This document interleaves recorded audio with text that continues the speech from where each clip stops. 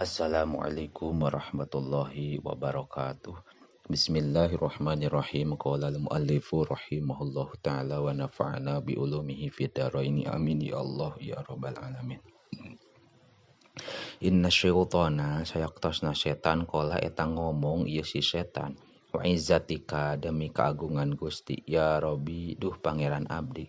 La abrohu henteu eureun-eureun abdi ugwi eta ngalacutkeun abdi ibadaka ka abdi Gusti madamat salagi langgeng naon arwahuhum pirang-pirang ruhna ieu ibad pi ajsadihim dina pirang-pirang jasadna ieu ibad.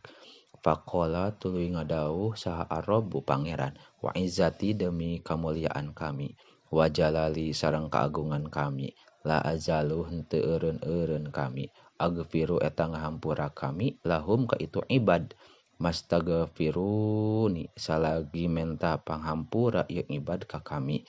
Rawahu ngariwayatkeun kana ieu hadis Ahmadu Imam Ahmad an Abi Sa'idin katam piti Abi Sa'id.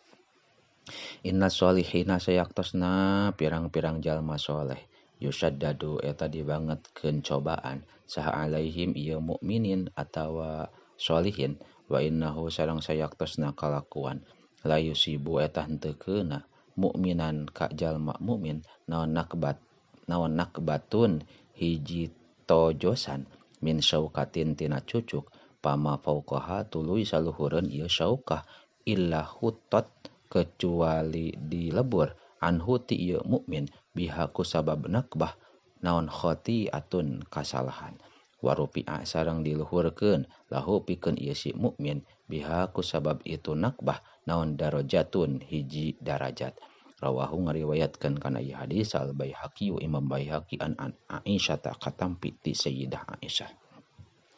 Inna sodaqota sayaktosna sodaqoh la tutfi'u eta yakin mareuman ieu sodaqoh an ahliha ti ahlina sodaqoh harrol kuburi kana panasna di jero kubur wa inna mayastadillu jeung pastina ngiuhan saha al mukminu jalma mukmin yaumal qiyamati dina poe kiamah fi dhilli sodaqatihi dina iuh-iuh sodaqohna mukmin. Rawahu ngariwayatkeun kana ieu hadis At-Tabrani Imam Tabrani an Uqbah bin Amir katampi ti Uqbah bin Amir. Innal abda sayaktosna hiji hamba la yatakallamu eta yakin ngomong ieu si abdu bil kalimati kana hiji kalimah min ridwanillahi tina anu dipikaridho ku Gusti Allah la yulki tah henteu nibakeun abdu laha karena kalimah balan kana balukar yarfa'uhu kecuali ngaluhurkeun ka abdu saha Allah Gusti Allah biha ku sabab itu kalimah darajatin kana pirang-pirang darajat. Wa inal abda sayaktosna hiji jalma la yatakallamu eta yakin ngomong ieu si abdu bil kalimati kana hiji kalimah min sukhtillahi tina anu dipikabendu ku Gusti Allah la yulki tah henteu nibakeun abdu laha karena kalimah balan kana balukar yahwi kajaba asup ieu si abdu biha ku sabab ieu kalimah fi jahannama dina neraka jahannam. Rawahu ngariwayatkeun kana ieu hadis Ahmadu Imam Ahmad. Inna rajula sayaktosna hiji lalaki la ya'malu eta yakin amal ieu si rajul amala ahlil jannati kalayan amalna ahli surga bima dina perkara yabdu anu tembong ieu emak linnasi pikeun manusia wahwa bari ari ieu si rajul min ahlin nari eta ti ahli neraka. Wa inna rajula sareng sayaktosna hiji lalaki la ya'malu eta yakin amal ieu si rajul amala ahlin nar kalayan amalna ahli neraka pima dina perkara yabdu anu tembong ieu emak linnasi pikeun manusia wahwa bari ari itu si rajul min ahlil jannati eta ti ahli surga. Rawahu ngariwayatkeun kana ieu hadis Al Bukhari Imam Bukhari wa Muslimun sareng Imam Muslim.